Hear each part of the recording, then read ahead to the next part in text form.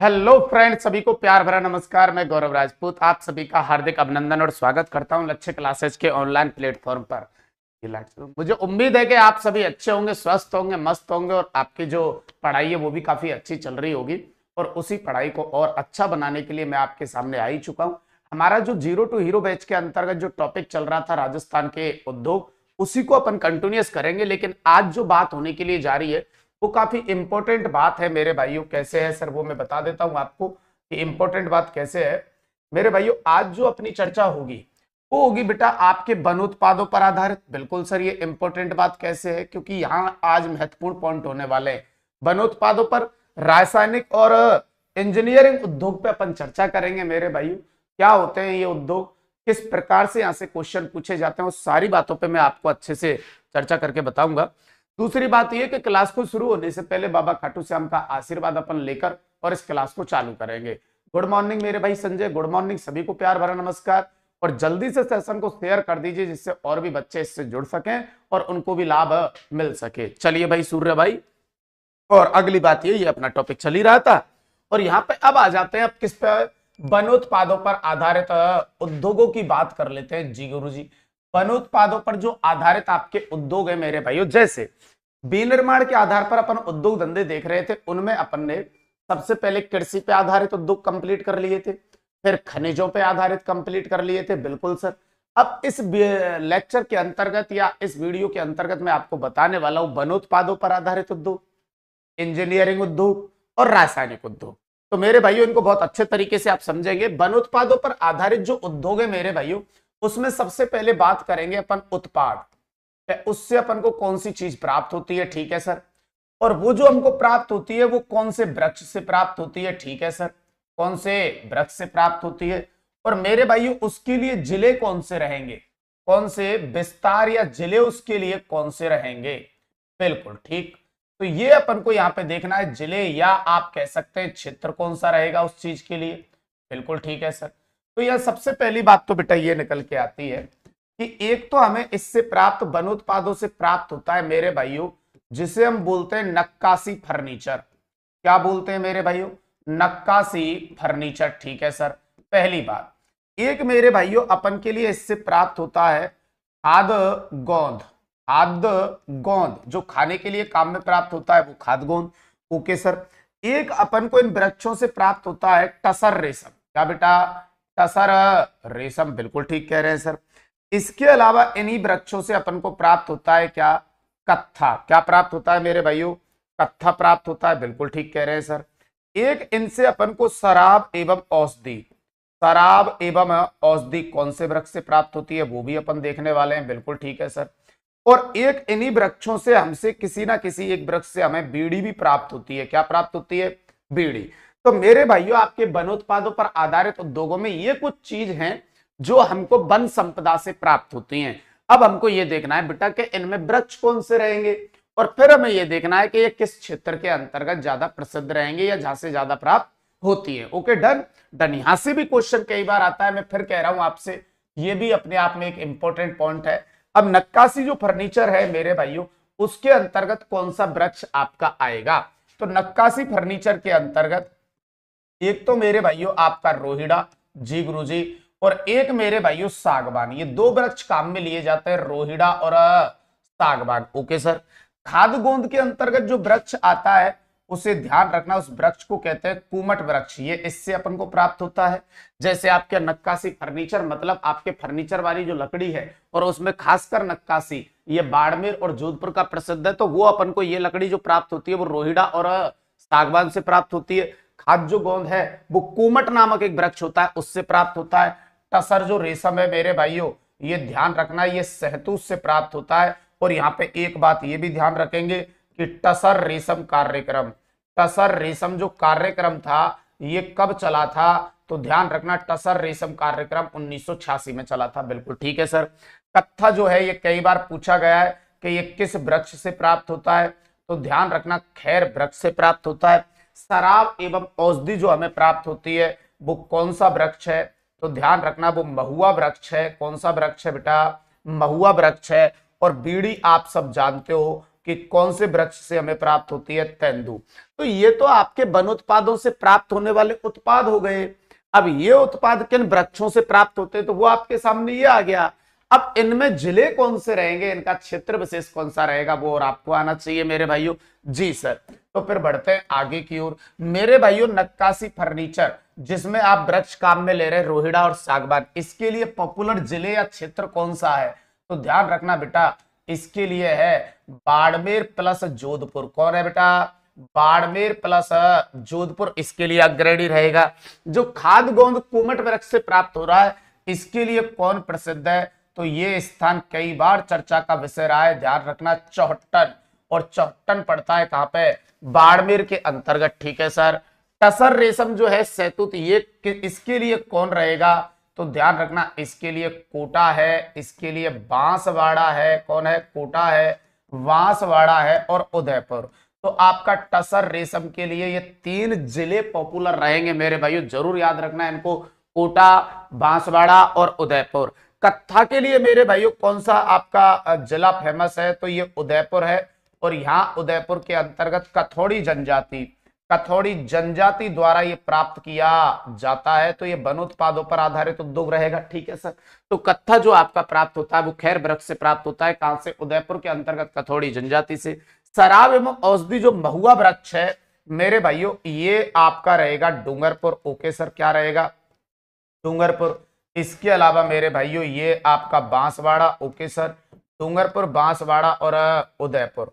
मेरे भाइयों जो आपका ये आता है महुआ वृक्ष जो आता है बेटा, इसका जो मेरे भाइयों फूल होता है उससे तो शराब बनाई जाती है, जबकि जो छाल होती है ना उससे औषधि बनती है। किस वृक्ष की से, महुआ वृक्ष की से। फूल जो होता है उसे तो गर्म पानी के अंतर्गत ही उबाल के इनका जो प्रोसेसिंग होता है उस तरीके से शराब बनाते हैं, जबकि जो छाल होती है उससे औषधि बनती है। तो इसलिए मैंने ये दोनों चीजें लिखी हैं, शराब और औषधि। तो ये आपका महुआ वृक्ष यहाँ देखने को मिलेगा, जहां सबसे ज्यादा डूंगरपुर, बांसवाड़ा और उदयपुर। और बीड़ी की जब बात करते हैं तो तेंदु निकल के आता है। बिल्कुल सर, कौन निकल के आता है, तेंदु निकल के आता है। और तेंदु का वृक्ष ये सबसे ज्यादा, सॉरी तेंदु वृक्ष नहीं, ये आपका बीड़ी जो उत्पाद है या बीड़ी का जो कारखाना है वो सबसे ज्यादा कहाँ रहेंगे, तो वो भी आपको देखना है। जी सर। तो एक तो रहेगा अजमेर। Okay sir, Ajmer. एक रहेगा आपका भीलवाड़ा। कौन रहेगा, भीलवाड़ा। और एक रहेगा मेरे भाइयों टोंक। कौन रहेगा, टोंक। अजमेर, भीलवाड़ा और टोंक। तो यहाँ पे आप ध्यान रखेंगे ये कुछ वनोत्पादों पर आधारित उद्योग हैं, जिनमें ये तो उत्पाद रहा आपका। ये उत्पाद कौन से वृक्ष से प्राप्त होगा, वो वृक्ष रहे। और इसका क्षेत्र या जिले कौन से रहेंगे, वो ये रहे।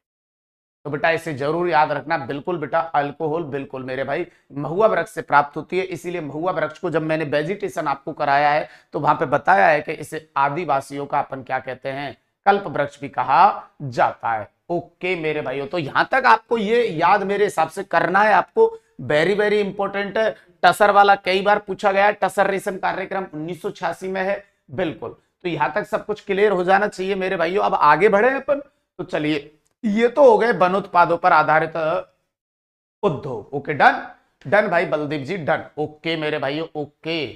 नीलम जी कह रही हैं ओके सर, बिल्कुल ओके मेरे भाइयों। यहां तक मेरे हिसाब से आपको एकदम क्लियर हो जाना चाहिए। चलिए अब आगे बढ़ते हैं मेरे भाई। और अगले जो अपने पास उद्योग आते हैं उन्हें कहते हैं रासायनिक उद्योग, जिनको अपन फर्टिलाइजर्स भी कह सकते हैं। अब मेरे भाइयों ये जो आपके पास रासायनिक उद्योग है सर, इनको अपन देखने वाले हैं। और रासायनिक उद्योग में सबसे पहले तो बात ये ध्यान रखेंगे, इसमें जो आवश्यक खनिज काम में लिए जाते हैं रसायन बनाने के लिए या उर्वरक बनाने के लिए मेरे भाइयों, उसमें जिप्सम है, रॉक फॉस्फेट है और पाइराइट है। एक ये भी बात आपको ध्यान रखनी है कि आपके उर्वरक बनाने के लिए जिनको काम में लिया जाता है मेरे भाइयों, उसमें कौन कौन है, रॉक फॉस्फेट है, पाइराइट है और जिप्सम को काम में लिया जाता है। Okay sir. अब इसके अंतर्गत रासायनिक उद्योगों के अंतर्गत कौन कौन से उद्योग आने वाले हैं, तो आप बेफिक्र रहे, हम चल कहां रहे, मैं आपको इस जगह पे फिर बता देता हूं एक बार। हमने शुरुआत में देखा था विनिर्माण के आधार पर। किसके आधार पर, विनिर्माण के आधार पर उद्योगों के प्रकार। तो विनिर्माण के आधार पर उद्योगों के प्रकार, अगर किसी की ट्यूनिंग टूट चुकी है तो वो ध्यान रखे कि हम चल कहां रहे हैं। भाई साहब आपका कहते हैं ना टॉपिक से भाई साहब भटकना नहीं है आपको। मैं एक बार और बता देता हूं कि अपन चल कहां पे रहे हैं। तो भाई साहब विनिर्माण के आधार पर उद्योगों के प्रकार अपन ने सबसे पहले यहाँ पे विनिर्माण के आधार पर हमने देखे थे कृषि पर आधारित उद्योग हमने कंप्लीट कर लिए, बिल्कुल कर लिए सर। कृषि पर आधारित उद्योग हम कंप्लीट कर चुके हैं, जी बिल्कुल कर चुके हैं सर। इसके अलावा मेरे भाइयों खनिजों पर आधारित उद्योगों को कंप्लीट कर चुके हैं, बिल्कुल कर चुके हैं सर। खनिजों पर आधारित उद्योग भी अपन कंप्लीट कर चुके हैं, राइट कह रहे हैं सर। और मेरे भाइयों अभी मैंने आते आते आपको तुरंत क्या कराया है, वनोत्पादों पर आधारित उद्योग, बिल्कुल सर वनोत्पादों पर आधारित उद्योग भी मैं कंप्लीट करा चुका हूं आपके लिए, बिल्कुल ठीक कह रहे हैं सर। इसके अलावा मेरे भाइयों अब जो मैं लेके आया हूं आपके सामने वो हैं आपके रासायनिक उद्योग। कौन से उद्योग है बेटा, रासायनिक उद्योग, ओके सर, फर्टिलाइजर जिनको आप कह सकते हैं। और इसके बाद मेरे भाइयों आपका एक उद्योग धंधे और बचेंगे जिन्हें आप कहेंगे, एक टाइप के और बचेंगे जिन्हें आप कहेंगे इंजीनियरिंग उद्योग, जहां पे आपके मानव के द्वारा कम काम और मशीनरी से ज्यादा होता है। तो अब अपन जो चल रहे हैं ना वो यहाँ पे हैं बेटा रासायनिक उद्योग, और उसमें अपन आ चुके हैं किस पे, रासायनिक उद्योग मतलब फर्टिलाइजर जिसमें आवश्यक खनिज चाहिए, जिप्सम, रॉक फॉस्फेट और पाइराइट। अब रासायनिक उद्योगों की स्थिति की अगर मैं बात करूं तो ये सबसे ज्यादा देखने को मिलेंगे आपको उदयपुर में। कहां पे मिलेंगे, उदयपुर के अंतर्गत मिलेंगे। इनमें कई टाइप के उद्योग धंधे आएंगे, जैसे Rajasthan state chemical works Didwana के अंतर्गत रहेगा, रामा फॉस्फेट उर्वरक कारखाना उदयपुर में है, रॉक फॉस्फेट उर्वरक कारखाना उदयपुर में है, ज्योति ट्रिपल उर्वरक कारखाना झुंझुनू के अंतर्गत है, ओके सर, मोदी उर्वरक कारखाना अलवर के अंतर्गत है, पाइराइट्स उर्वरक कारखाना आपके सीकर के अंतर्गत है। और अब जो दो आपके मैं रासायनिक उद्योग बोलने के लिए जा रहा हूं उनको जरूर ध्यान रखना, चंबल केमिकल एंड फर्टिलाइजर्स ये गड़ेपान कोटा में है, और एक है राष्ट्रीय केमिकल एंड फर्टिलाइजर्स ये कपासन चित्तौड़गढ़ में है। तो ये जितने भी मैंने बोले हैं ये सब आपके रहने वाले हैं क्या, रासायनिक उद्योग। तो देखिए यहाँ पे अपन आ जाते हैं रासायनिक उद्योगों में प्रमुख कारखाने देखने के लिए, बिल्कुल ठीक कह रहे हैं सर। और यहाँ पे सबसे पहले आपको मिलेगा मेरे भाइयों ये, जिसे आप कह रहे हैं क्या, राजस्थान स्टेट केमिकल वर्क्स। और राजस्थान स्टेट जो केमिकल वर्क्स है ये ध्यान रखना ये कहां पे है मेरे भाइयों, डीडवाना के अंतर्गत है। और डीडवाना कहां पड़ता है मेरे भाइयों, तो आप कहेंगे डीडवाना कुचामन के अंतर्गत पड़ता है, राइट।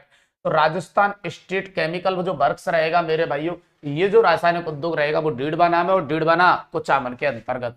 फिर है अगला श्रीराम फर्टिलाइजर्स, और श्रीराम फर्टिलाइजर्स जो है ये ध्यान रखना ये कहां पे है, कोटा के अंतर्गत है। फिर एक है मेरे भाइयों जीवन फर्टिलाइजर्स, तो जीवन फर्टिलाइजर्स भी कहां पे है, आपका कोटा के अंतर्गत है। तो मेरे भाइयों Rajasthan state chemical works Didwana, Didwana Kuchaman में रहेगा, श्रीराम फर्टिलाइजर्स कोटा में रहेगा, और जीवन फर्टिलाइजर्स भी कोटा में रहेगा। अब कल को आपसे ये कहा जाए, ध्यान रखना कि राजस्थान का प्रथम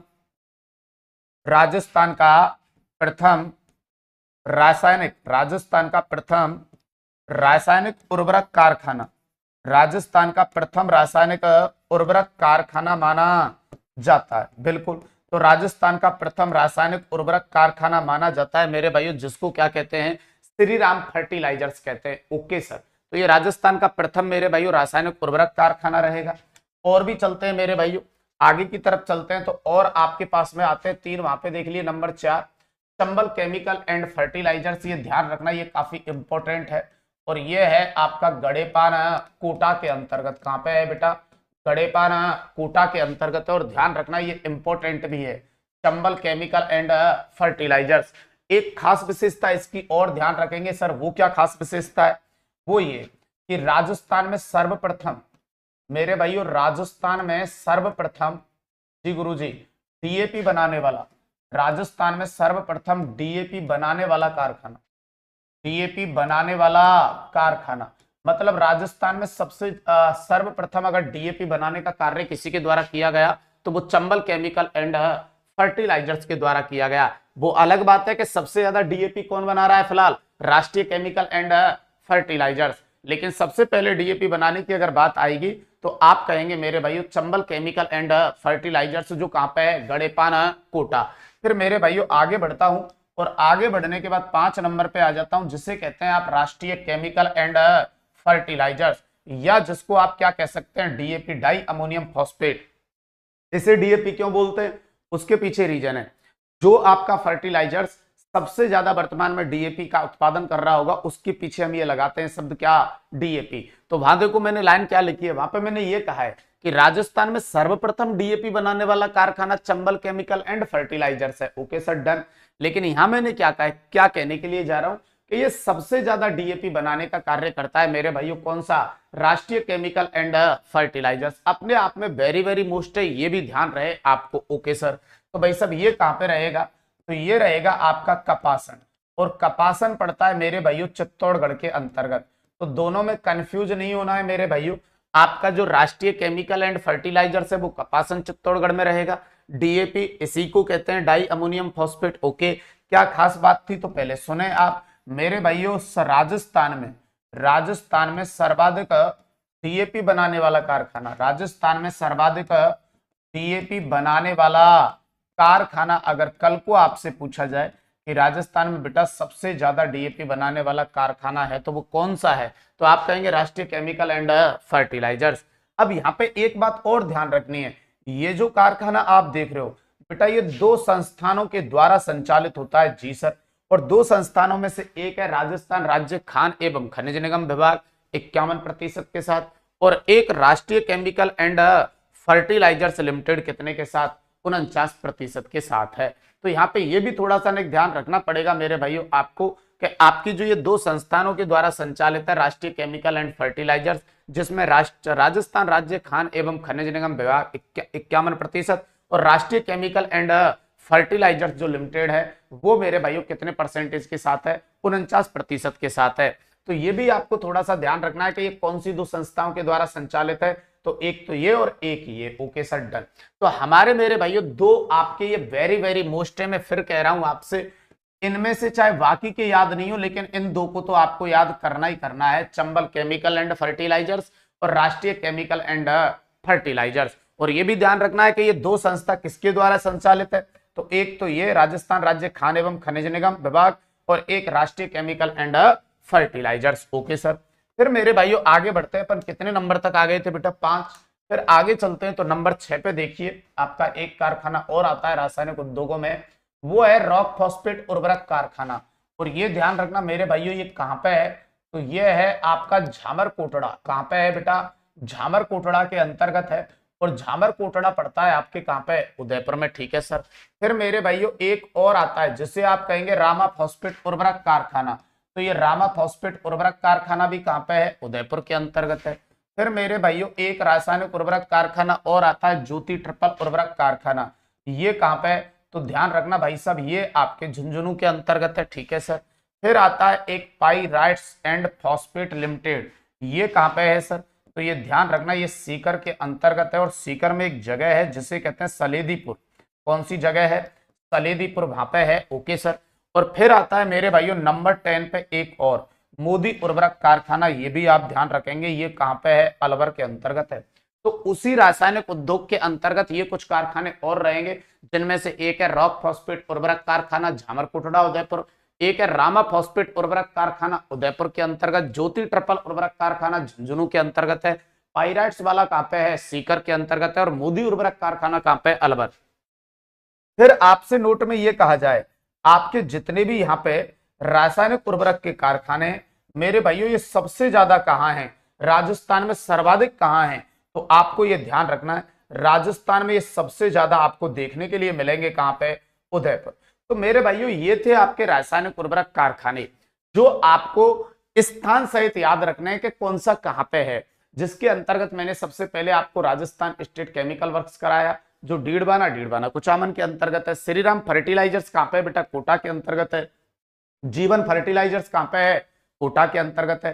चंबल केमिकल एंड फर्टिलाइजर्स कहां पे है, गड़ेपान कोटा के अंतर्गत है। राष्ट्रीय केमिकल एंड फर्टिलाइजर्स कहां पे है, कपासन चित्तौड़गढ़ के अंतर्गत है। रॉक फॉस्फेट का उर्वरक कारखाना कहां पे है, झामरकोटड़ा उदयपुर में। रामा फॉस्फेट कहां पे है, उदयपुर के अंतर्गत है। ज्योति ट्रिपल उर्वरक कारखाना कहां पे है मेरे भाइयों, तो झुंझुनू के अंतर्गत है। मोदी उर्वरक कारखाना कहां पे है, तो अलवर के अंतर्गत है। और पाइराइट्स उर्वरक कारखाना कहां पे है, तो सलेदीपुर सीकर के अंतर्गत है। तो मेरे भाइयों ये आपको जरूर याद रखनी है चीजें। ओके सर, अब चलते हैं, चलो यहां तक होने के बाद मेरे भाइयों अब अपने पास जो बचा है भाई साहब, यहां अपन देख रहे थे अपने पास, देखिए अपन ने ये कर लिया फर्स्ट नंबर पे, बिल्कुल ठीक कह रहे हैं सर। फिर अपन ने सेकंड पे ये भी कर लिए खनिजों पे आधारित, फिर अपन ने वन उत्पादों पर आधारित आज ही देखे हैं, और फिर अपन ने ये रासायनिक उर्वरक उद्योग भी कर लिए। अब अपन चलने वाले हैं किस पे मेरे भाइयों, इंजीनियरिंग उद्योग, जहां पे मानव का प्रयोग कम होता है उद्योग धंधों के अंतर्गत और मशीनरी का प्रयोग ज्यादा होता है, उन्हें आप कह सकते हैं क्या, इंजीनियरिंग उद्योग। Okay sir. और अब अगले जो इंजीनियरिंग उद्योग आपके आने वाले हैं वो कौन कौन से, तो देखिए भाई साहब यहाँ पे सबसे पहली बात ये, अब अपन आ चुके हैं इंजीनियरिंग उद्योग पे, और यहाँ पे हम सबसे पहले देखना चाहेंगे कि जो ये कैप्स्टन मीटर होते हैं, कैप्स्टन मीटर जो होते हैं बेटा, इसका मीनिंग क्या होता है, ये ध्यान रखना भाई, ये पानी के मीटर होते हैं। अपने घरों के अंतर्गत जो पानी की सप्लाई आती है, छोटा सा जो अपने पाइप आता है, आपने देखा होगा जब वो मोटर में जॉइंट होता है तो उस मोटर में जॉइंट करने से पहले जो पानी की सप्लाई है उस मोटर में जॉइंट होने से पहले उसके बीच में एक मीटर लगा रहता है छोटा सा, उसे कहते हैं मेरे भाइयों कैप्स्टन मीटर। ये होते हैं बेटा पानी के मीटर। अब ये बनते कहां पे हैं, तो ये जयपुर और पाली के अंतर्गत बनते हैं। ध्यान रखना दोनों जिले अलग अलग आए तो पहली प्राथमिकता में जयपुर रखना है, लेकिन पाली में भी बनते हैं। तो कैप्स्टन मीटर किससे संबंधित है, तो आप कहेंगे सर ये पानी के मीटर होते हैं। और कहां बनते हैं, तो ये भी आपको ध्यान रखना है, जयपुर और पाली के अंतर्गत बनते हैं। Okay sir. तो कैप्स्टन जो मीटर रहेंगे मेरे भाइयों, ये किसके मीटर रहेंगे बेटा, तो ये ध्यान रखना ये पानी के मीटर होते हैं। Okay sir. और ये बनते कहां पे हैं सर, तो ध्यान रखना भाई ये बनते हैं जयपुर और पाली के अंतर्गत। कहां पे बनते हैं भाई, जयपुर और पाली के अंतर्गत। फिर आपके पास है दूसरा जयपुर मेटल। सर ये क्या होता है, तो बेटा जयपुर मेटल्स का मीनिंग होता है ये बिजली के मीटर होते हैं जो अपने घरों के बाहर लगे होते हैं, वो बिजली के मीटर जिनको कहा जाता है जयपुर मेटल्स। और ये भी सर कहां से बन के आते हैं, तो ध्यान रखना ये भी आपके जयपुर से बनकर आते हैं। Okay sir. तो बेटा जयपुर मेटल्स का मतलब होता है ये आपके रहेंगे किसके मीटर, तो ये रहेंगे आपके बिजली के मीटर। और मेरे भाइयों ये भी आपके कहां से बनकर आते हैं, तो ध्यान रहे ये भी जयपुर से रहेंगे। ओके। फिर आता है आपके पास एक नेशनल वियरिंग उद्योग या नेशनल वियरिंग कंपनी भी इसे कहते हैं। वॉल एंड बेयरिंग, बेयरिंग नहीं होती है पंखे वगैरह इनमें जो लगती हैं बेयरिंग, उसका निर्माण इसके अंतर्गत होता है नेशनल वियरिंग उद्योग। तो ध्यान रखेंगे इसमें बेयरिंग निर्माण होता है। बिल्कुल सर, बेयरिंग निर्माण होता है मेरे भाइयों। और ये भी कहां पे है, तो इसको भी आप ध्यान रखेंगे, ये भी आपके जयपुर के अंतर्गत है। ठीक है सर। फिर आता है एक मान इंडस्ट्रीज। सर इसमें क्या होता है, ये सभी जयपुर के अंतर्गत चल रहे हैं, ध्यान रहे पहला जो है वो जयपुर और पाली में है। फिर मान इंडस्ट्रीज सर क्या होता है, ये मान इंडस्ट्रीज है। Okay sir. ये क्या होता है सर, इसके अंतर्गत बेटा लोहे के टावर बनते हैं, जो अपने लोहे के टावर होते हैं ये, और इमारती दरवाजे जो किले वगैरह दुर्ग इनमें लगते हैं मेरे भाइयों, वो बनते हैं आपके मान इंडस्ट्रीज। ये भी जयपुर में है। तो ध्यान रखेंगे यहाँ पे कि इसके अंतर्गत बेटा लोहे के टावर, लोहे के टावर और प्लस इमारती, लोहे के टावर और इमारती दरवाजे इसके अंतर्गत लगते हैं मेरे भाइयों। ओके सर, बनते हैं सॉरी। और ये भी आपके कहाँ रहेगा, जयपुर के अंतर्गत रहेगा। Okay sir, done. तो ये आपके इंजीनियरिंग उद्योग 4 नंबर तक मेरे हिसाब से आपको समझ में आ गए होंगे कि कैप्स्टन मीटर पानी के मीटर होते हैं जो जयपुर और पाली में बनते हैं, जयपुर मेटल्स बिजली के मीटर होते हैं जो जयपुर में बनते हैं, नेशनल वियरिंग उद्योग या कंपनी जो है वो उसमें बेयरिंग निर्माण होता है वो भी जयपुर है, मान इंडस्ट्रीज में लोहे के टावर और इमारती दरवाजे बनते हैं ये भी कहाँ पे है, जयपुर के अंतर्गत है। अभी लिस्ट काफी बड़ी है, आप थोड़ा सा देखते हुए आगे की ओर बढ़ेंगे मेरे भाई। चलिए नंबर 5 पे आते हैं, Rajasthan electronic corporation. Rajasthan electronics corporation बेटा इसके अंतर्गत टीवी का निर्माण होता है। इसके अंतर्गत किसका निर्माण होता है, टीवी का निर्माण होता है मेरे भाई। और ये भी आपका इंजीनियरिंग उद्योग कहां पे है, जयपुर के अंतर्गत है। तो इसमें भी टीवी का निर्माण होता है, वैसे नाम से पता चल रहा है राजस्थान इलेक्ट्रॉनिक्स कॉर्पोरेशन, नहीं है क्या बेटा, बिल्कुल। तो इसमें मेरे भाइयों टीवी का निर्माण होता है, बिल्कुल। भाई मेरे को एक बात बताइए बेटा, आप सभी लोग, मैं लगातार आगे की ओर चलता जा रहा हूं, क्या आपको चीजें समझ में तो आ रही है ना कि ये किस किस तरीके से रहेंगे और किस किस तरीके से सर हमें बता रहे हैं। तो एक बार मुझे कमेंट करके आप ये बताओ कि हाँ मैं जो बता रहा हूं वो आपके दिमाग में सेट बैठ तो रही है, क्योंकि ये चीजें थोड़ी सी टफ हैं तो इन पे एक्स्ट्रा एफर्ट आपको लगाने की जरूरत पड़ेगी। लेकिन मेरा विश्वास मैं आपको दिलाता हूं, अगर इन चीजों को भी आप याद करके चले गए ना तो मेरे भाइयों फिर कोई टेंशन नहीं है। तो एक बार कमेंट करके मुझे ये बताओ कि यहां तक जो मैंने बताया है अभी ये थोड़ा बहुत समझ में तो आ रहा है ना। चलिए ओके, बहुत बढ़िया बेटा। चलिए तो फिर चलते हैं आगे। आइए, ये अशोका लीलैंड आपने कई बार देखा होगा, जो अपने ये माल को लाने ले जाने का कार्य जो ट्रक करते हैं ना, इन पे लिखा रहता है, आगे के बोनट पे लिखा रहता है, अगर आपने कभी गौर फरमाया हो, लड़कों को जरूर पता होगा, अशोका ऐसे लिखा रहता है, अशोका लीलैंड। तो बेटा ये अलवर में है, यहाँ ट्रकों का निर्माण होता है, माल को ढोने के लिए जो ट्रक होते हैं उनका निर्माण होता है इसके अंतर्गत। तो ध्यान रखना इसमें मेरे भाइयों ट्रकों का निर्माण होता है। ओके सर, तो इसमें ट्रकों का निर्माण होता है और ये आपकी कहां पे है, तो ये आपका रहेगा अलवर के अंतर्गत। ठीक है सर। फिर है अवंती स्कूटर, मेरे भाइयों स्कूटियों का निर्माण, जो आपके लड़कियां जो चलाती हैं, जेंट्स भी चलाते हैं लेकिन ज्यादा ये पॉपुलर है लड़कियों के लिए। तो स्कूटी जो होती है मेरे भाइयों, स्कूटर बोल सकते हैं भले ही आप इनको, तो स्कूटर का जो निर्माण होता है वो भी आपके अलवर के अंतर्गत होता है, ध्यान रखना। तो स्कूटी, स्कूटियों या स्कूटर का निर्माण, स्कूटियों या स्कूटर का जो निर्माण होता है वो इसके अंतर्गत होता है, जिसे कहते हैं अवंती स्कूटर। और ये भी कहां पे है, तो अलवर के अंतर्गत है, ये भी ध्यान रखेंगे। अगली बात मेरे भाइयों, ये जो राजस्थान टेलीफोन इंडस्ट्रीज है, इसका मतलब जो लैंडलाइन वाले फोन होते हैं जो पहले अपन ऐसे ऐसे घुमा के किया करते थे, ऐसे ऐसे है ना, वो वाले जो फोन होते हैं मेरे भाइयों, उनका उनका निर्माण भी यहाँ पे अलवर में ही होता है, राजस्थान टेलीफोन इंडस्ट्रीज के अंतर्गत। तो ये भी आप ध्यान रखेंगे, ये कहाँ पे है, अलवर के अंतर्गत रहेगा। इसमें जो लैंडलाइन वाले फोन हुआ करते थे, जिनकी वायर हुआ करती थी, ऐसे उठा के अपन यूं बात किया करते थे पहले, वो वाले फोन यहाँ पे बनेंगे, Rajasthan telephone industries. Okay sir, कितने नंबर तक आ गए बेटा, 8। फिर चलते हैं 9 नंबर पे मेरे भाइयों, इसे थोड़ा सा ध्यान रखेंगे, ये है सिमको वैगन फैक्ट्री, जिसकी स्थापना 1957 में हुई थी। और मेरे भाइयों ये कहां पे है, ये भरतपुर के अंतर्गत है।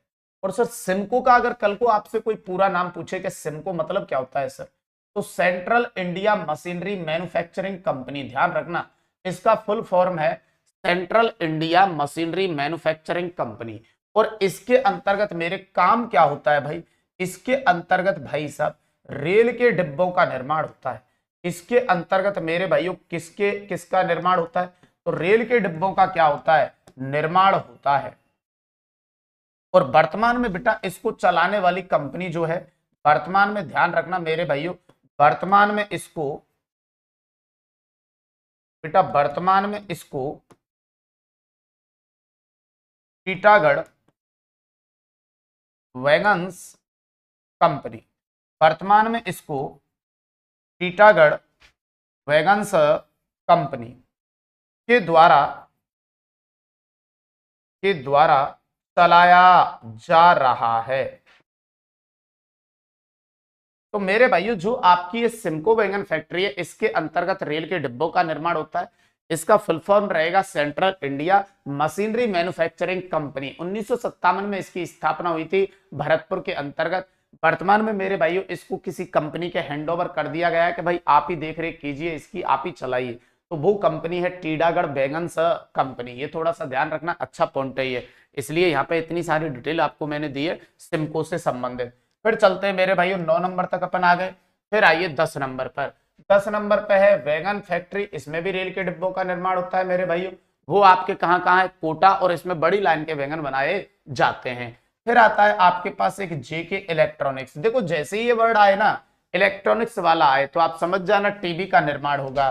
तो यहाँ पे किसका निर्माण होता है, टीवी का निर्माण होता है। ओके सर, लेकिन बेटा आपकी ये जयपुर में नहीं है बेटा, ये आपके कोटा में है। तो जयपुर में जो थी उसका नाम था Rajasthan electronics corporation. Rajasthan electronics corporation वो जयपुर में थी, जहां टीवी का निर्माण हो रहा था। और कोटा वाली जो है वो ध्यान रखना, ये जेके इलेक्ट्रॉनिक्स है, जहां पे टीवी का निर्माण होता है। ओके, फिर केबल्स इंडस्ट्रीज। अब मेरे भाइयों इसमें क्या होता है, जो बिजली की केबल होती है उनको बनाया जाता है, और ये भी कहां पे रहेगी, आपके कोटा के अंतर्गत रहेगी। तो यहाँ पे ये भी ध्यान रहे, इसके अंतर्गत बिजली की केबलों का निर्माण, बिजली की केबलों का निर्माण इसके अंतर्गत होता है। बिल्कुल ठीक कह रहे हैं सर, बिजली की केबलों का निर्माण इसके अंतर्गत होता है। और ये भी कहां पे है मेरे भाइयों, कोटा के अंतर्गत रहेगी। ठीक है सर। फिर है आपका इंस्ट्रूमेंटेशन, इंस्ट्रूमेंटेशन। ओके सर, ये है आपका इंस्ट्रूमेंटेशन। ओके सर, ये कहां पे रहेगा मेरे भाइयों, तो ये भी आपका कोटा के अंतर्गत रहेगा। ओके सर, तो इंस्ट्रूमेंटेशन जो लिमिटेड है बेटा, ये भी आपका कहां पे है, कोटा के अंतर्गत रहेगा। और इसमें भी मेरे भाइयों बिजली से संबंधित जो उपकरण होते हैं वो बनाए जाते हैं आपके कहां पे, इंस्ट्रूमेंटेशन लिमिटेड, कोटा के अंतर्गत। फिर मेरे भाइयों आपका आता है oriental power cable limited. Okay sir, ये आपने कई बार देखा होगा अपने घरों के अंतर्गत, ओरिएंट के पंखे आते हैं कि नहीं आते? बिल्कुल आते हैं सर। तो इसके अंतर्गत बेटा पंखों का निर्माण होता है सर। इसमें किसका निर्माण होता है? पंखों का निर्माण, जो ओरिएंट वाले होते हैं। और ये भी मेरे भाइयों कहाँ पे है? कोटा के अंतर्गत है।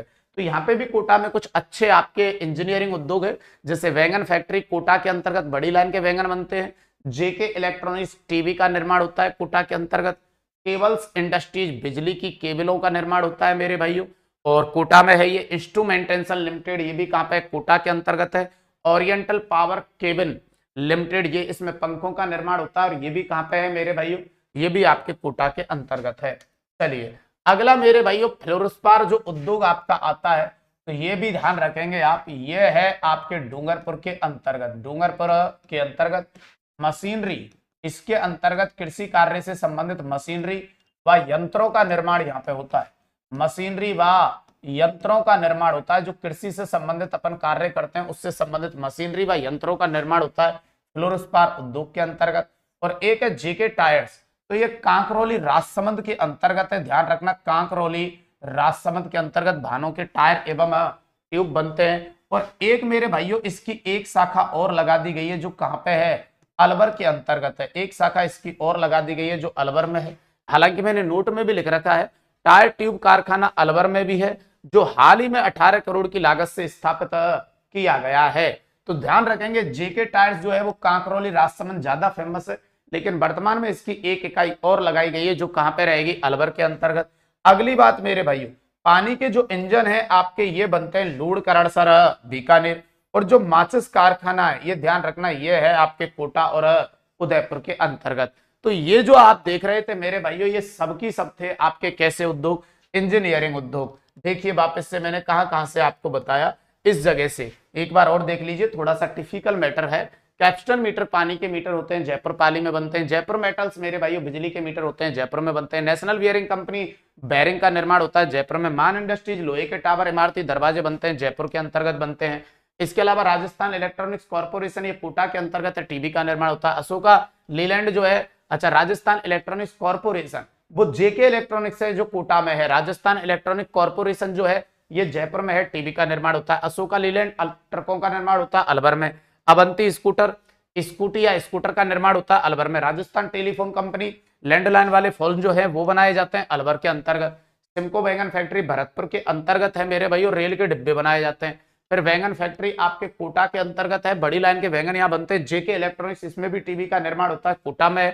केबल इंडस्ट्रीज मेरे भाइयों ये भी कोटा में, बिजली की केबल बनती है। इंस्ट्रूमेंटेशन लिमिटेड, आपके बिजली से संबंधित उपकरण यहाँ तैयार किए जाते हैं कोटा में। ओरिएंटल पावर केबल लिमिटेड, ये भी कोटा में है, पंखों का निर्माण होता है। फ्लोरोस्पार उद्योग डूंगरपुर के अंतर्गत है। कृषि से संबंधित जो मशीनरी और यंत्र बनाए जाते हैं वो इसमें बनते हैं। जेके टायर्स कांकरौली राजसमंद और अलवर के अंतर्गत होते हैं। ओके, पानी के इंजन जो है लूणकरणसर बीकानेर में बनाए जाते हैं। माचिस कारखाना कोटा और उदयपुर के अंतर्गत है। तो मेरे भाइयों देखो थोड़ा सा टिपिकल है, लेकिन जब बार बार प्रयास करेंगे तो ये चीजें इजी हो जाएंगी। और यहीं से अब क्वेश्चन आते हैं। वो समय गया अब आपसे जब ऐसे पूछेगा कि राजस्थान में सूती वस्त्र उद्योग का प्रथम कारखाना कहां पे लगा था। वो चीजें नहीं है, अब ये चीजें आएंगी। और अभी तो आगे चल के जब देखेंगे आप तो कुछ औद्योगिक पार्क और कॉम्प्लेक्स आएंगे जहां से सबसे ज्यादा क्वेश्चन आ रहे हैं। तो मेरे भाइयों ये विनिर्माण के आधार पर जो आधारित उद्योग थे, विनिर्माण पर आधारित जो उद्योग थे वो यहाँ पे कंप्लीट हो जाते हैं मेरे भाइयों। अब फिर मैंने एक टाइप और बताया था, अगर आपको मालूम हो तो शुरू के अंतर्गत ही मैंने बताया हुआ है कि उद्योगों का जब वर्गीकरण मैंने किया था आपके लिए, जब मैंने शुरू में उद्योगों का क्या किया हुआ है? वर्गीकरण किया हुआ है। बिल्कुल सर।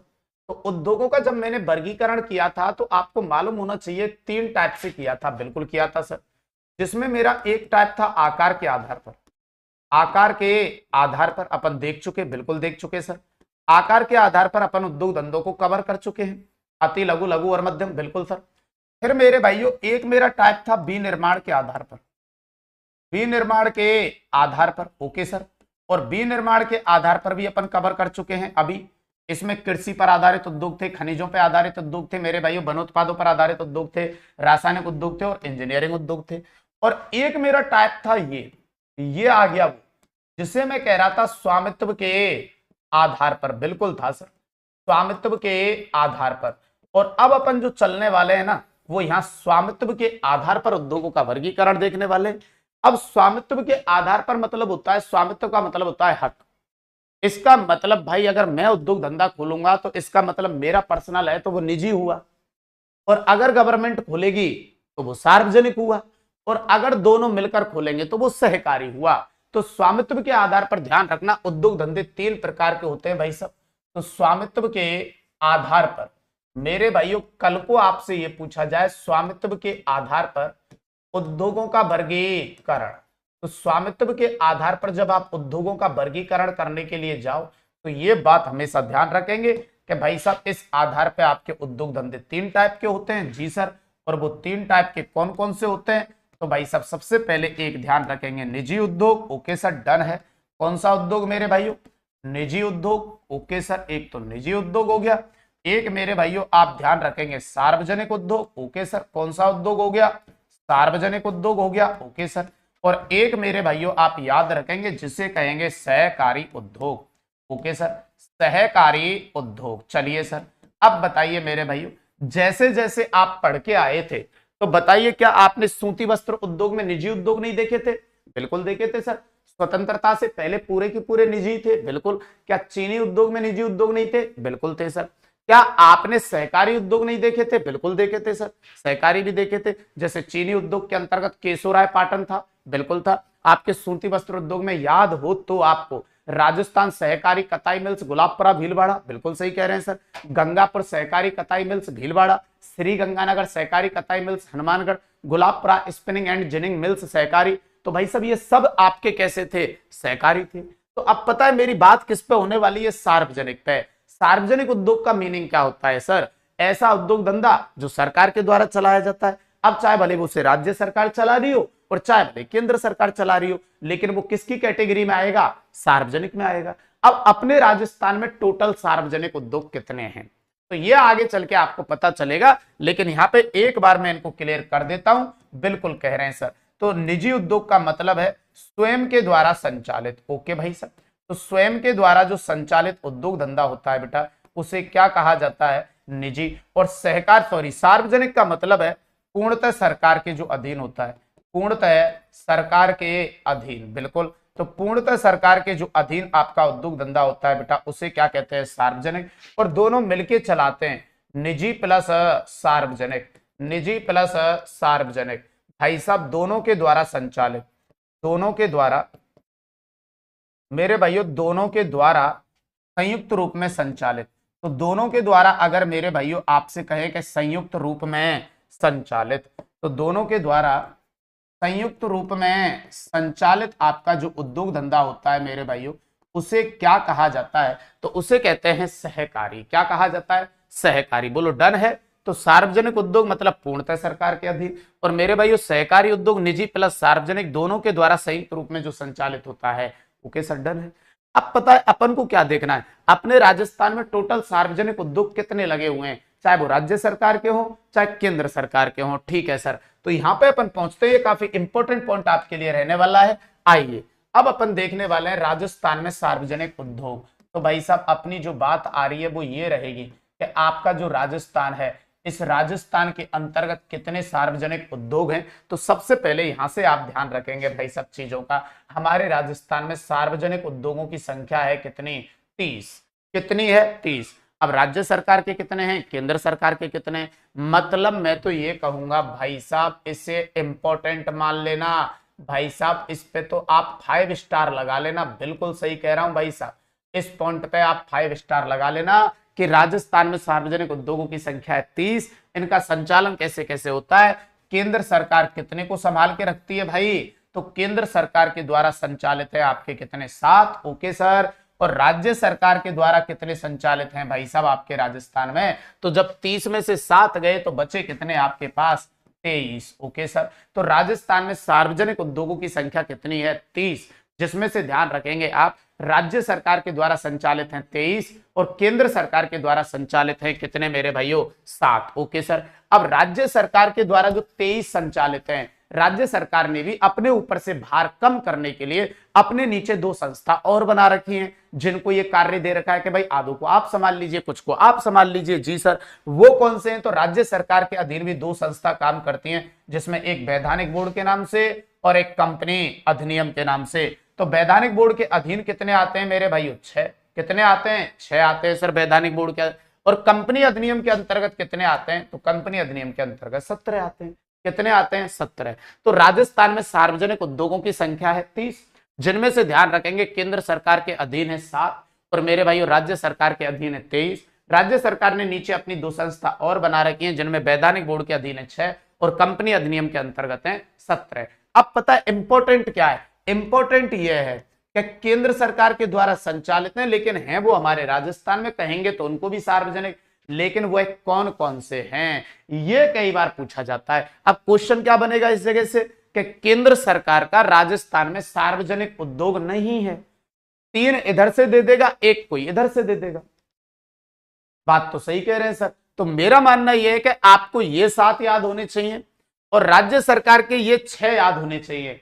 बचे कुचे को याद नहीं करना है मेरे भाइयों। बचे कुचे सब किस में काउंट हो जाएंगे? कंपनी अधिनियम में काउंट हो जाएंगे। बात तो सही कह रहे हैं सर। अब बताइए, जब अपन इनको याद कर लेंगे 7 को और इन 6 को याद कर लेंगे, तो बच्चे कुछ छोड़ देंगे जो कंपनी अधिनियम के अंतर्गत चले जाएंगे। कभी चीजें छोड़ छोड़ के भी याद करनी चाहिए, जिससे आपका थोड़ा सा और बोझ कम हो जाए। Okay sir. अब चलते हैं केंद्र सरकार के कौन कौन से हैं जो अपने यहां पर हैं। Okay sir. तो केंद्र सरकार के जो उपक्रम है वो कौन कौन से आपके लिए रहेंगे? तो भाई साहब यहां से सुनिए, आपका एक जयपुर के अंतर्गत है जिसे आप कहते हैं हिंदुस्तान साल्ट लिमिटेड। बिल्कुल है सर, हिंदुस्तान साल्ट लिमिटेड है, सामर झील पे है। बिल्कुल है सर। तो ये आपके जयपुर के अंतर्गत है। बिल्कुल है सर, सामर झील पे सेंट्रल गवर्नमेंट इसे चलाती है। बिल्कुल ठीक कह रहे हैं सर। तो एक तो है Hindustan salt limited. Okay sir, एक तो ये हो गया। एक जयपुर में और है जो केंद्र सरकार का ही है, जिसे आप कहेंगे मॉडर्न वेकरी। क्या कहेंगे? मॉडर्न वेकरी। ये भी आपका कहां पे है? जयपुर के अंतर्गत है। ठीक है सर, ये केंद्र सरकार के बेटा। एक है आपके कोटा के अंतर्गत जिसे आप कहेंगे इंस्ट्रूमेंटेशन। इंस्ट्रूमेंटेशन नाम से है, जो कहां पे है? कोटा के अंतर्गत है। ये भी ठीक है सर। ये कहां पे रहेगा? कोटा के अंतर्गत रहेगा। एक है मेरे भाइयों यहां पे आपका जिसे आप कहेंगे Hindustan zinc limited. Okay sir, ये है आपका हिंदुस्तान जिंक लिमिटेड नाम से है। और सर ये जो आपका है, ये ध्यान रखना बेटा, ये आपका है देवारी, और देवारी पड़ता है कहां पे? उदयपुर के अंतर्गत। Hindustan zinc limited. एक मेरे भाइयों आपका यहां पे रहेगा जिसको आप कहेंगे HMT। क्या कहेंगे? HMT। इसका मतलब है Hindustan machine tools. Hindustan machine tools, जिसकी बेटा घड़ी आती है। बिल्कुल सर, हिंदुस्तान मशीन टूल्स। और ये मेरे भाइयों कहां रहेगा? HMT वाला। तो ये रहेगा अजमेर के अंतर्गत। फिर मेरे भाइयों एक आपका और रहेगा जिसे आप कहेंगे Hindustan copper limited. Hindustan copper limited. और हिंदुस्तान जो कॉपर लिमिटेड वाला है, ये ध्यान रखना, ये आपका खेतड़ी के अंतर्गत है। और खेतड़ी पड़ता है कहां पे? झुंझुनू के अंतर्गत। राइट कह रहे हैं सर। अब रह गया आपका 7। तो 7वें नंबर पे एक और ध्यान रखेंगे जिसका नाम है Rajasthan drugs. Rajasthan drugs and pharmaceuticals. Rajasthan drugs and pharmaceuticals. Okay sir. और राजस्थान ड्रग्स एंड फार्मास्यूटिकल्स वाला जो है, ये कहां पे है? तो ये भी जयपुर में है। तो ये बेटा वो आपके 7 मेरे भाइयों आपके उद्योग हैं जिनको सेंट्रल गवर्नमेंट के द्वारा चलाया जाता है, जिसमें से एक है हिंदुस्तान साल्ट लिमिटेड जो जयपुर सामर झील के अंतर्गत है। एक है मॉडर्न बेकरी जयपुर में। एक है इंस्ट्रूमेंटेशन कोटा के अंतर्गत। एक है हिंदुस्तान जिंक लिमिटेड। एक है हिंदुस्तान कॉपर लिमिटेड। एक है हिंदुस्तान मशीन टूल्स। एक है हिंदुस्तान कॉपर लिमिटेड। और एक है राजस्थान ड्रग्स एंड फार्मास्यूटिकल्स। अब लगे कब कब हैं तो ये भी ध्यान रख लेना। हिंदुस्तान साल्ट लिमिटेड जो है बेटा, ये आपका लगा है 1964 के अंतर्गत। मॉडर्न जो बेकरी है ये लगा है 1965 के अंतर्गत। इंस्ट्रूमेंटेशन है ये लगा है 1964 के अंतर्गत। और देवारी वाला जो है ये लगा है 1966 के अंतर्गत। बिल्कुल ठीक सर। ये लगा है आपका 1967 के अंतर्गत। और ये आपका जो है खेतड़ी वाला, ये भी कब लगा है? 1967 के अंतर्गत। और राजस्थान ड्रग्स वाला जो है ये लगा है 1978 के अंतर्गत। भाई साहब इनको मैं सच कह रहा हूं, आपको मैपिंग के अंतर्गत मैंने इसलिए बताया है कि आपको इस क्रमानुसार याद करेंगे तो जल्दी से याद हो जाएंगे। तो भाई साहब ये केंद्र सरकार के उपक्रम हैं जो राजस्थान के अंतर्गत लगे हुए हैं, और कितने हैं 7। इनको जरूर याद रख लेना मेरे भाइयों। कौन सा है? सबसे पहला सामर साल्ट लिमिटेड, दूसरा है मॉडर्न बेकरी, तीसरा है इंस्ट्रूमेंटेशन, चौथा है हिंदुस्तान जिंक लिमिटेड, पांचवा है हिंदुस्तान मशीन टूल्स, छठवां है हिंदुस्तान कॉपर लिमिटेड, और सातवां है राजस्थान ड्रग्स एंड फार्मास्यूटिकल्स। बिल्कुल याद रख लेना बेटा। ओके, चलिए, तो ये तो केंद्र सरकार के हो गए। चलिए ठीक है सर। भाई अपन ने यहाँ पे क्या देखा था बेटा कि राजस्थान में टोटल सार्वजनिक उद्योग 30 है। हम केंद्र सरकार के कवर कर चुके कितने? 7। अब राज्य सरकार के 23 हैं, जिसमें से वैधानिक बोर्ड कितने को चला के रखता है बेटा? 6 को। और बचे कुछ किसके अंतर्गत चले जाएंगे? कंपनी अधिनियम के अंतर्गत चले जाएंगे, जो कितने हैं? 17 हैं। अब सर वैधानिक बोर्ड के 6 कौन कौन से हैं? तो यहाँ पे आएंगे राजस्थान वित्त निगम, राजस्थान भंडारण निगम, राजस्थान राज्य पथ परिवहन निगम, राजस्थान आवासन मंडल, राजस्थान कृषि विपणन बोर्ड और राजस्थान भूमि विकास निगम। और सबके मुख्यालय एक ही जगह रहेंगे, इनकी तरह अलग अलग नहीं है, सबके मुख्यालय एक ही जगह रहेंगे और वो रहेंगे जयपुर। लेकिन यहाँ पे भी आपको स्थापना वाइज इनको पता होना चाहिए कि कौन कौन सा कब बना था। ठीक है, तो यहाँ पे 6 रहेंगे, दोबारा बोल देता हूँ। राजस्थान वित्त निगम, राजस्थान भंडारण निगम, राजस्थान राज्य पथ परिवहन निगम, राजस्थान राज्य कृषि विपणन बोर्ड और राजस्थान भूमि विकास निगम। यहाँ पे देखिए बेटा, आगे चलते हैं आगे, आइए। तो यहाँ पे ये आपके हो ही गए केंद्र सरकार के। अगले मेरे भाइयों ये वही केंद्र सरकार के हैं आपके, जो मैंने अभी बताए थे। Hindustan machine tools 1967, Hindustan salt limited 1964, Hindustan copper limited Jhunjhunu 1967, modern bakery 1965। Okay sir, 1965 के अंतर्गत drugs and pharmaceutical 78, instrumentation Kota 1964 और Hindustan zinc limited Devari 1966। Okay sir. फिर मेरे भाइयों आपके ये आ जाते हैं वैधानिक बोर्ड के, जो कितने दिख रहे हैं बेटा आपको? ये आपके वैधानिक बोर्ड के हैं मेरे भाइयों लालो। तो बेटा ये कितने रहने वाले हैं आपके? तो ध्यान रखना, ये हैं आपके 6। कौन कौन से हैं 6 के अंतर्गत वैधानिक बोर्ड के? एक है राजस्थान वित्त निगम, एक है राजस्थान भंडारण निगम, एक है राजस्थान राज्य पथ परिवहन निगम, एक है आवासन मंडल या हाउसिंग बोर्ड जिसे कहते हैं, एक कृषि विपणन बोर्ड है और एक है भूमि विकास निगम। ओके, तो राजस्थान जो वित्त निगम है ये मेरे भाइयों ध्यान रखना, ये आपका बना है 1955 में। Okay sir. कृषि जो भंडारण निगम है मेरे भाइयों ये बना है आपका 1957 में। ठीक है। राजस्थान राज्य पथ परिवहन निगम कई बार पूछा गया है, ध्यान रखना 1964। Okay sir. और राजस्थान राज्य हाउसिंग जो बोर्ड है मेरे भाइयों ये है आपका 1970। Okay sir. और राज्य कृषि विपणन जो बोर्ड है मेरे भाइयों ये है आपका 1974। और राज्य भूमि विकास जो निगम है बेटा ये है आपका 1975। Okay sir. तो ये आपके वैधानिक बोर्ड के हैं। और मेरे भाइयों ये भी ध्यान रखेंगे, इन सभी के जो मुख्यालय हैं, इन सभी के जो बेटा मुख्यालय हैं हर एक का, चाहे वो राजस्थान वित्त निगम हो, राजस्थान भंडारण निगम हो, राजस्थान राज्य पथ परिवहन निगम हो, इन सब के मुख्यालय आपके कहाँ पे रहेंगे? जयपुर के अंतर्गत रहेंगे। कहाँ पे रहेंगे? जयपुर के अंतर्गत। अब देखना उस सारणी को अपन ने कहां तक कवर कर लिया, जो ये वाली सारणी थी बताइए। राजस्थान में टोटल उद्योगों की संख्या जो सार्वजनिक एरिया में आते हैं वो कितने हैं? 30। उसमें से केंद्र सरकार के पास में है कितने बेटा? 7। और राज्य सरकार के पास में है कितने? 23। राज्य सरकार में भी 2, ये केंद्र के अपन ने 7 कंप्लीट कर लिए। राज्य सरकार के अंतर्गत भी 2 संस्था इनको संभाले हुए हैं, जिसमें से वैधानिक बोर्ड के हैं 6 और कंपनी अधिनियम के हैं कितने? 17। बिल्कुल ठीक कह रहे हैं सर। तो वैधानिक बोर्ड के मेरे भाइयों 6 भी अपन ने देख लिए, ये देख लिया। बचे कुछ किसके अंतर्गत चले जाएंगे? कंपनी अधिनियम के अंतर्गत चले जाएंगे। बात तो बिल्कुल ठीक कह रहे हैं सर। और कंपनी अधिनियम के अंतर्गत जाएंगे तो देखो यहाँ पे मैं बता देता हूँ आपको, मैंने कुछ उद्योग धंधे यहाँ पे भी आपके लिए हुए हैं।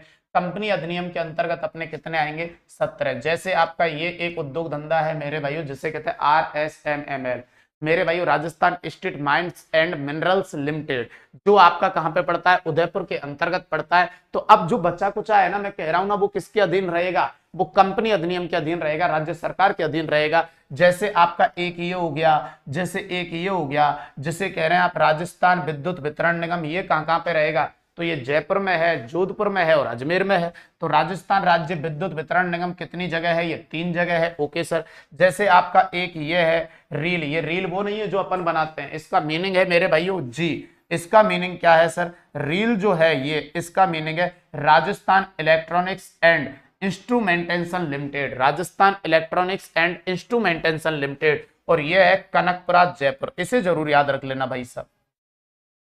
तो इस प्रकार के जो उद्योग धंधे जो उनके अंतर्गत नहीं आते, केंद्र सरकार के अंतर्गत नहीं है, वैधानिक बोर्ड के अंतर्गत नहीं है, वो बचे कुचे सब किस में चले जाएंगे? ध्यान रखना, कंपनी अधिनियम में चले जाएंगे, जिनमें एक RSMML नाम से Rajasthan state mines and minerals limited Udaipur में, राजस्थान राज्य विद्युत वितरण निगम आपके जयपुर में है, अजमेर में है, जोधपुर में है। और रील नाम से मेरे भाइयों Rajasthan electronics and instrumentation limited जो कहां पे है, कनकपुरा जयपुर के अंतर्गत है। पहले मेरे को आप पर्सनली एक बार कमेंट करके ये बताइए कि वास्तव में यहां से बात आपके समझ में आ गई क्या, बताइए। ये मैं फिर कह रहा हूं भाई साहब, ये जो सारणी है ना, ये वाली जो सारणी है ना, ये वेरी वेरी मोस्ट है। मैं आपसे फिर कह रहा हूं, इसको मैंने 5 स्टार वैसे ही नहीं दिया है, ये वेरी वेरी मोस्ट है मेरे भाइयों। जल्दी से मेरे को एक बार कमेंट करके आप ये बताओ कि यहां तक की बात आपके समझ में आई या नहीं आई। कि सर हमारे तो बिल्कुल समझ में आ गई यहां तक की बात। और फिर कह रहा हूं, इसमें से इनको तो विद मैपिंग सहित आप याद कर ही लेना भाई, इनको तो विद मैपिंग सहित आप याद कर लेना, क्योंकि ये काफी इंपॉर्टेंट है। ओके, और बताइए, ये मेरा जो प्रयास आपके लिए चल रहा है मेरे भाइयों, डेली रेगुलरिटी के साथ जो क्लास चल रही है मॉर्निंग के अंतर्गत थ्योरेटिकल क्लास, ये मेरा जो प्रयास है वो कैसा लग रहा है आपको। मैं कोई भी कंटेंट के साथ समझौता नहीं कर रहा, यूट्यूब पे फ्री पढ़ा रहा हूं, जैसा कि मैंने आपसे शुरू में वादा किया था। और आपको पीएसआई का एग्जाम हुआ था, उस वादे में भी मैं खरा उतरा था, और आगे भी भरोसा दिलाता हूं कि आपका जो भी एग्जाम होगा उसके अंतर्गत भी अपन अच्छा करेंगे।